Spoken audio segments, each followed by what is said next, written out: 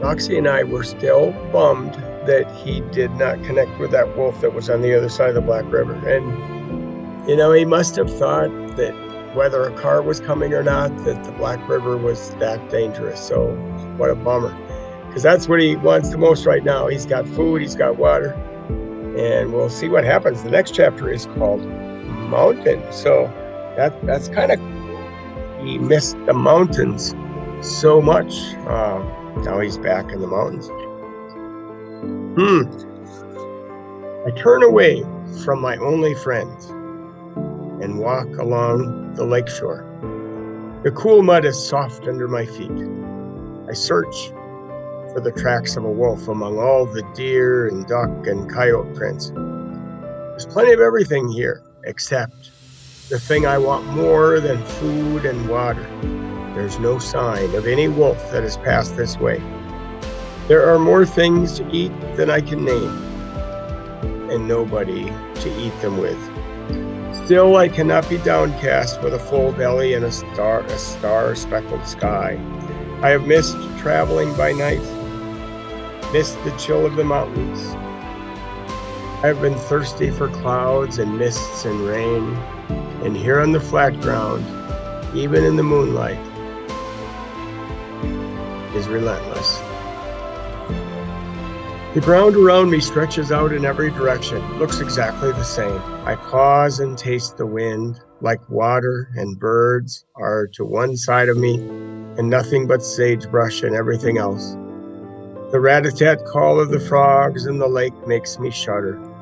I tried a frog once because Sharp dared me to do it.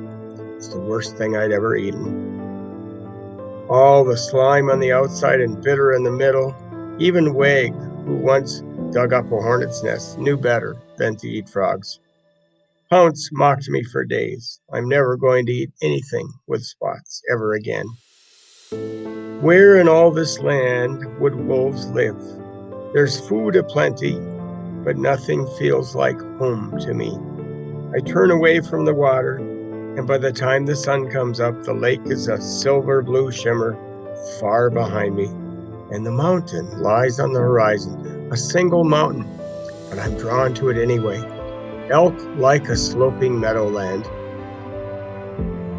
And if there was any wolf anywhere, it will be on the mountain.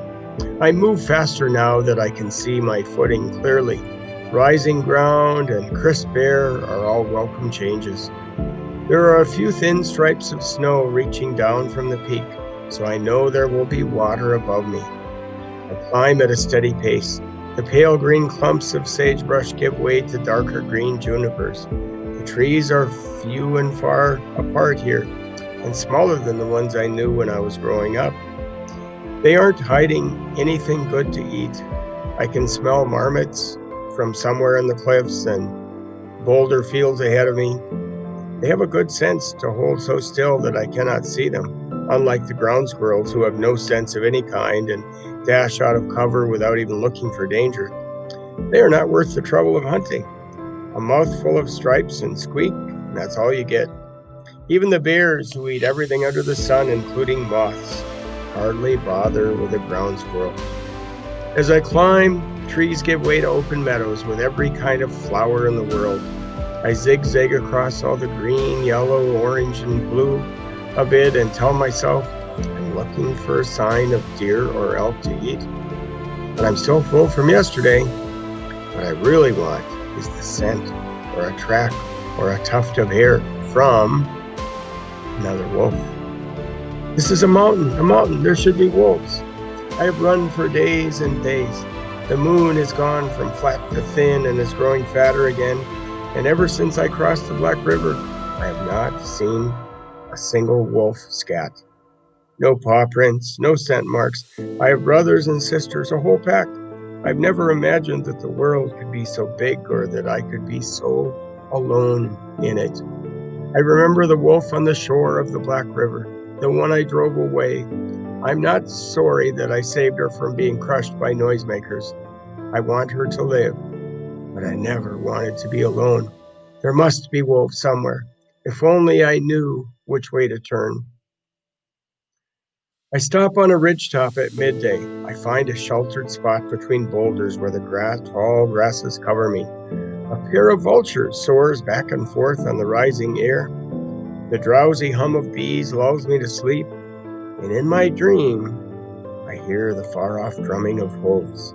In my dream, elk are running toward me, more elk than I could ever eat, and wolves following after them. They come closer and closer, and when they are almost close enough to touch, I startle awake, alone, on a bare, windy mountaintop. They were so close. I bark a hopeful call, even though I know it was only a dream. Echoes come back to tease me. My head slumps to the ground. How can there be so much land and no wolves? I heave a sigh, and then I feel the ground tremble. I listen, smell all around me, but there's no hint of elk. I keep my neck and chin pressed flat to the ground. The ground trembles like it does when the elk are on the move, and I'm not dreaming. The shiver on the skin of the earth grows. There's no elk smell.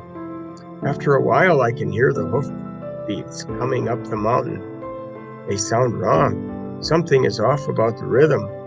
I get to my feet, but keep low and steady to run in case there's trouble.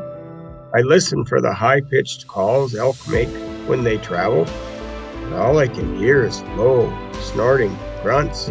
Very strange. Whatever they are, there are many of them. I see their cloud of dust first, and they come over the rise. Horses. Horses are the pack mates of men. They always come into the mountains together. They took food from each other. I look, smell for men. The usual trap that sticks a man to a horse's back is gone. The lead horse is rounder than the rest, and the one at the back is the tallest. And when they come to the open meadow below me, they slow to a walk and then stop to a graze. The two smallest nip at each other's necks and have a race around the others. The tall one walks around the edge of the meadow, smelling the wind for trouble. He keeps an eye on the wrestling match, and when the yearlings get too close to the sheer cliff at one end of the meadow, he nudges them away from danger and settles their fight with one well-placed nip. He's the father of the pack, plain to see. The horses are all coyote-colored, with black manes, tails, and legs, and one long stripe down the back. The leader of the group, the fattest of them, circles the meadow until she finds a patch of snow in the shade of an overhanging rock. She kicks a few chunks free and nibbles a drink of snow. And then she goes back to pacing in slower and slower circles. There's something odd about the lead horse's smell. It's almost like the red that runs from an elk when you kill it, but not quite. It looks a little bit like the dark goo that runs out of the guts when you bite into them. That's not right either, I'm certain. Have you ever smelled this before? Father can smell it too. He curls his upper lip back and breathes it in. He moves close to the lead horse and talks to her gently. He nose touches her and lets her rest against his shoulder. I cannot look away from their tenderness. It reminds me of Warm and our days together in the den. I hold completely still in the tall grass and watch.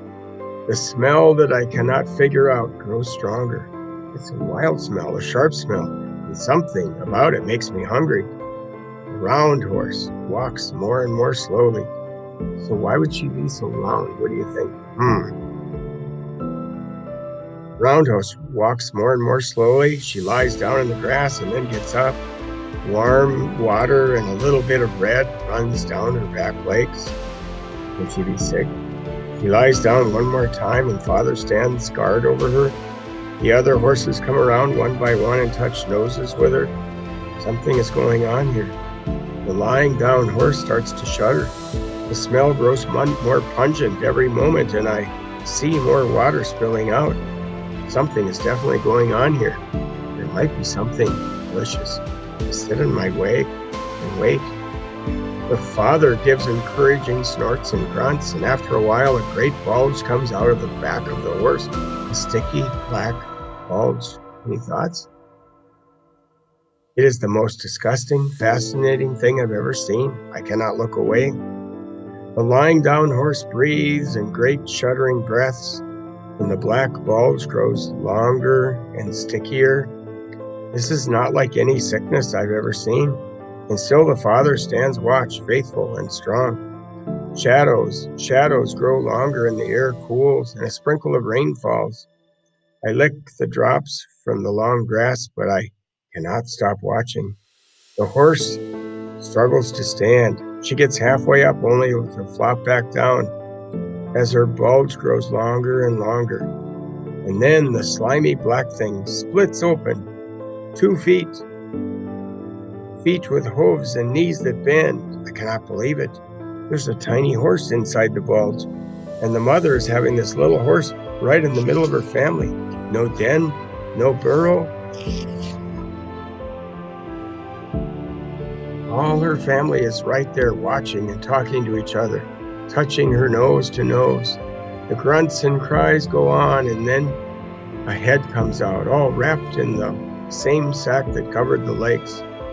The father nips at the sack, and the head breaks free. The mother tries to half stand, and the rest of it comes out in a whoosh of water and a burst of delicious smell. Woo! That was exciting.